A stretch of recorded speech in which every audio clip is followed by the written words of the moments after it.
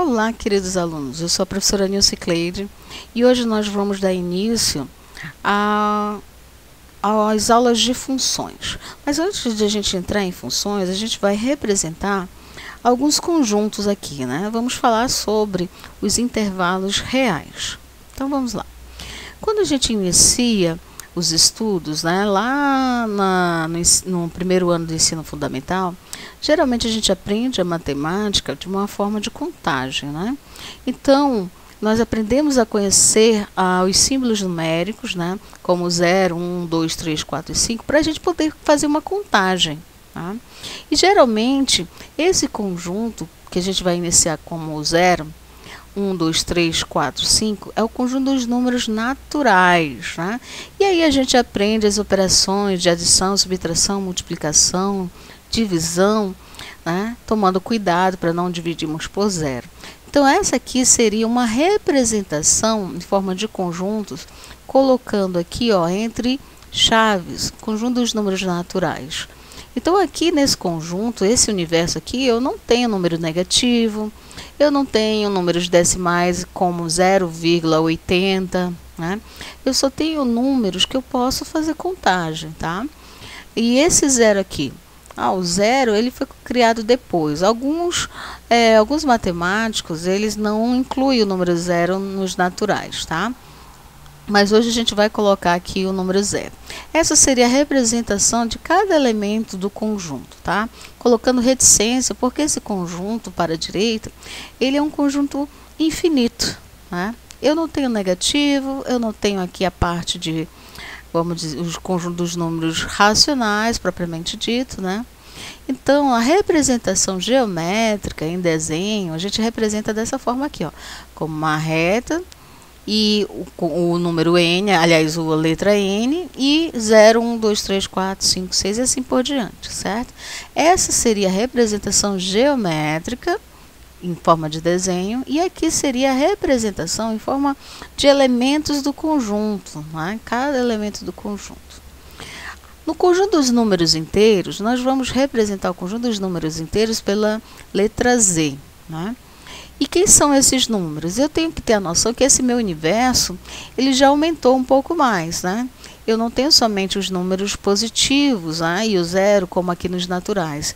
Aqui estão inseridos números negativos, né?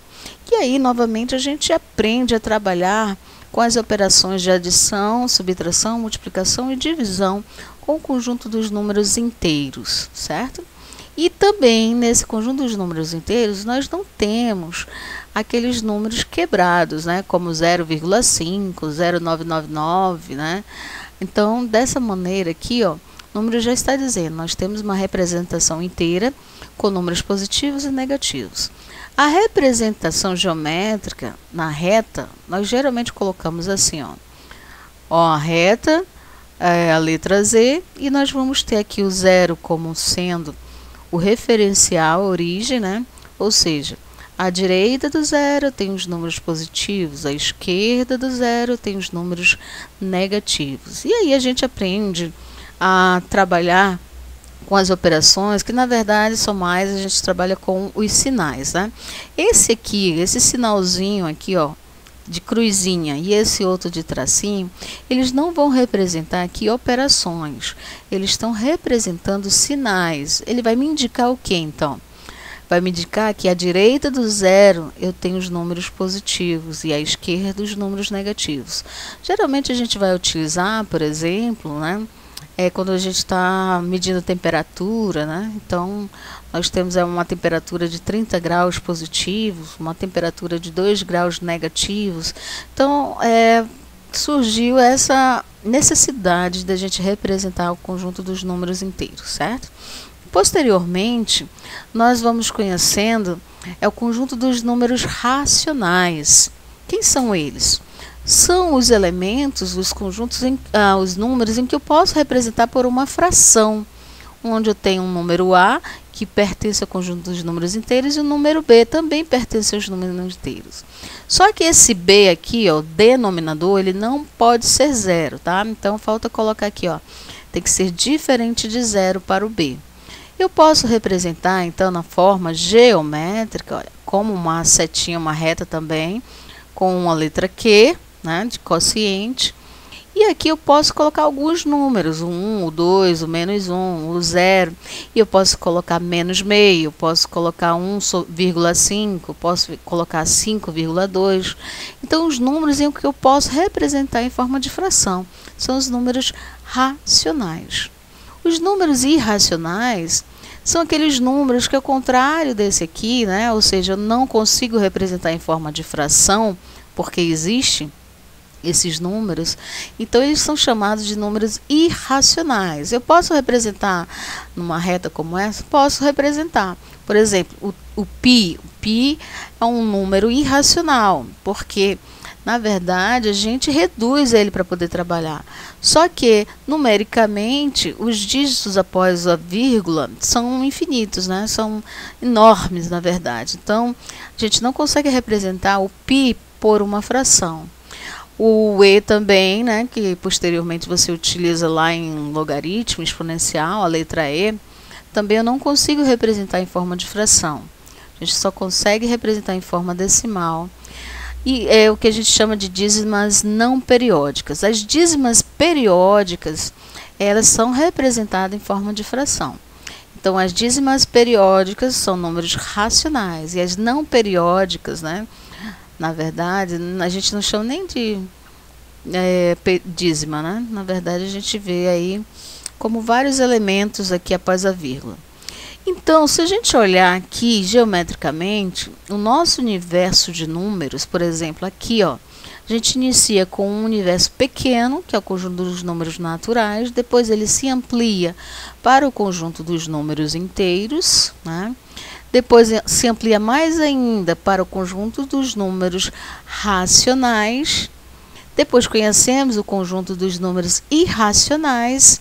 E todos esses esse conjunto todo, né, na verdade, a junção de todos eles é que nos remete ao conjunto dos números reais. Então, os reais são representados por todos os elementos aqui dentro, certo? Ou seja, é a ampliação maior para quem está trabalhando aí até o segundo ano do ensino médio, certo? Então, vamos lá. Então, já que a gente representou o conjunto dos números inteiros, naturais, na reta, né?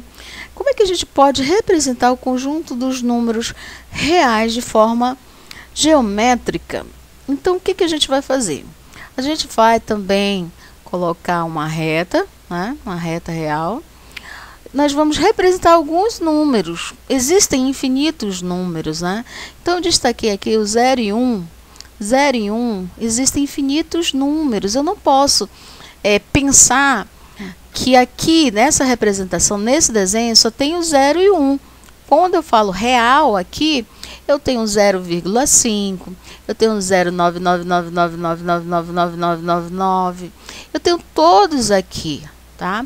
Só que a gente não consegue representar porque são infinitos. Mas quando eu coloco o R aqui dentro dessa representação, eu tenho também o 5 dividido por 2, eu tenho 3,14, 16, etc., que é o π, né? Só que a gente não vai representar todos os números, a gente está representando alguns. Às vezes o aluno se confunde com a reta real e a reta natural, pensando que só tem 1 e 2, mas nesse caso aqui não tem somente 1 e 2 aqui representado.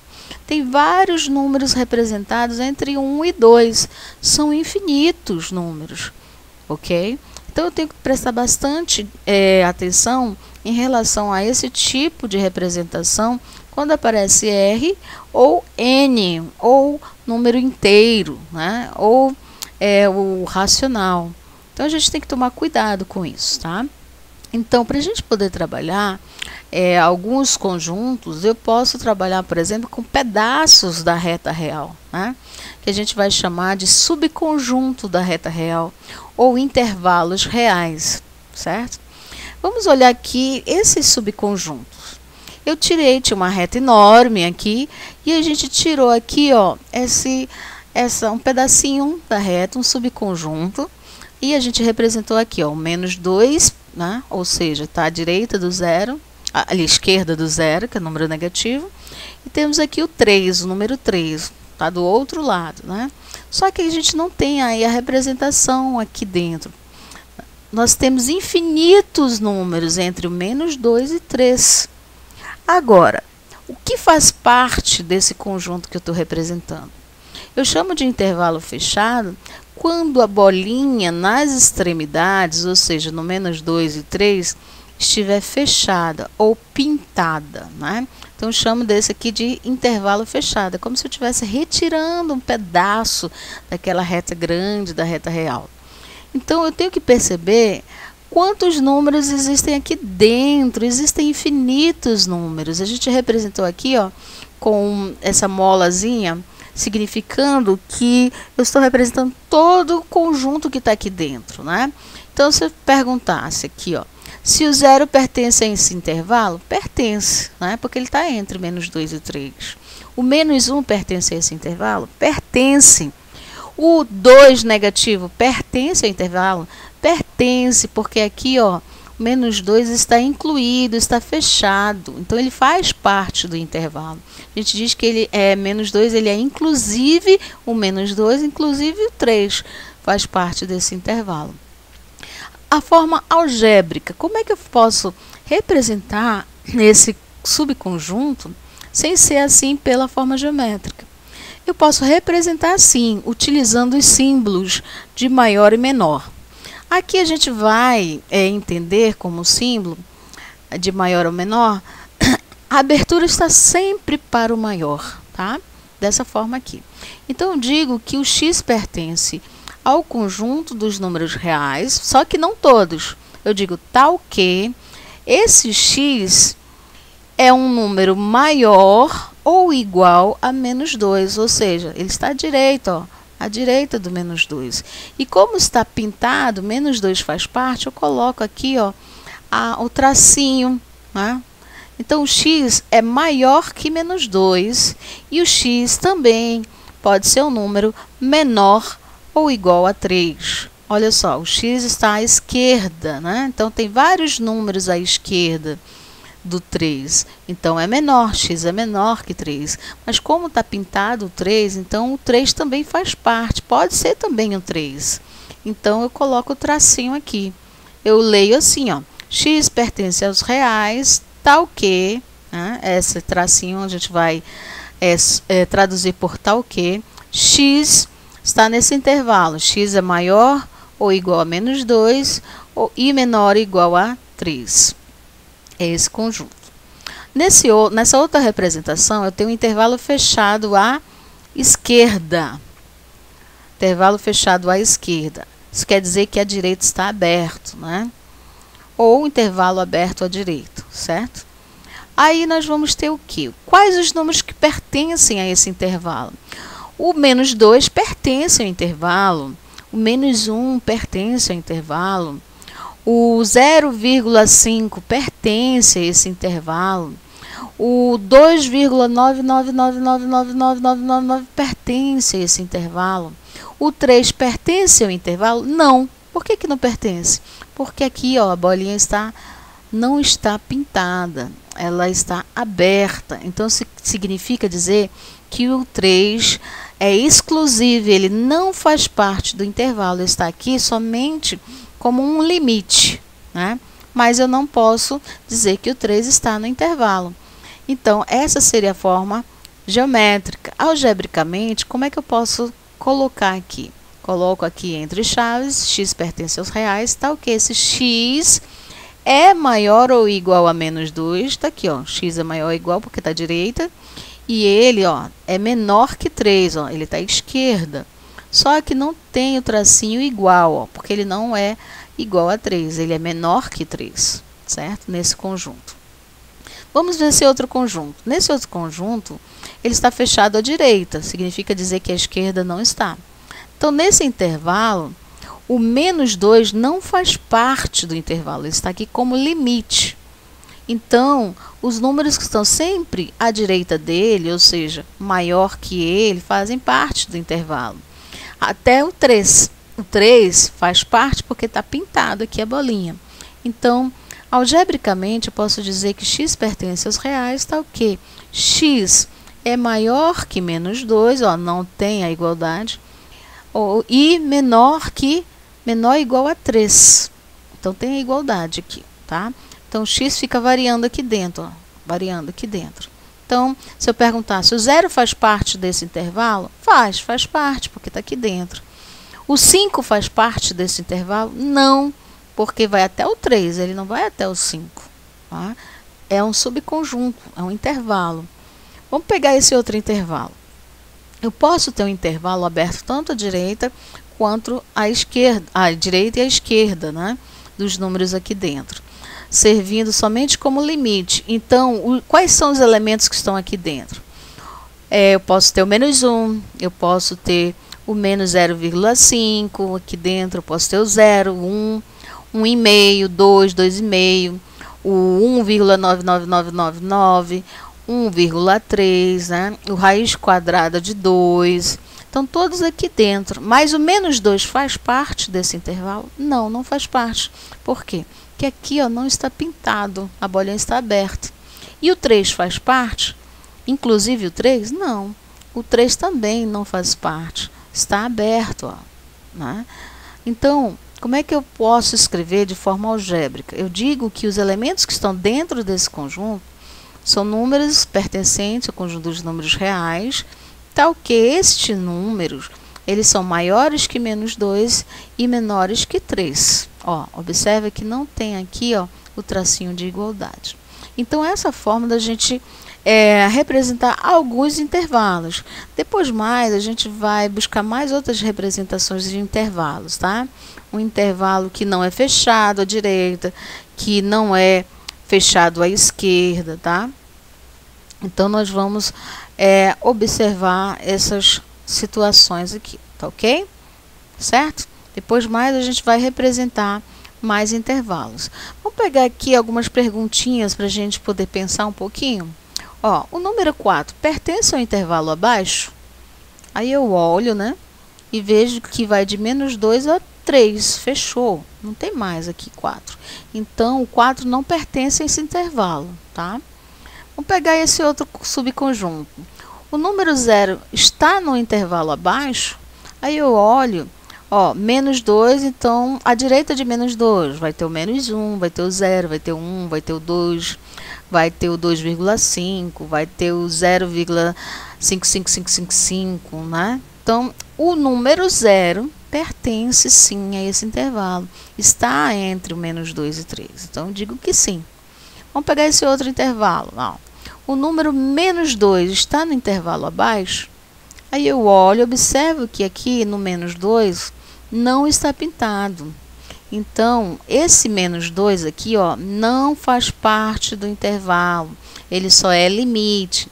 Ó, então, eu posso incluir o 3? O 3 eu posso, porque está fechado. O 2 aqui eu não posso. Está aberto, bolinha aberta, não está pintado. Então, o menos 2 não faz parte ou não pertence a esse intervalo aqui, tá? Então, espero você nas próximas aulas, que nós vamos trabalhar com um pouco de domínio. Vamos falar sobre domínio, imagem contra domínio, depois mais a gente vai entrar nas funções. Mas primeiro a gente precisa entender essas representações. Até a próxima. Tchau.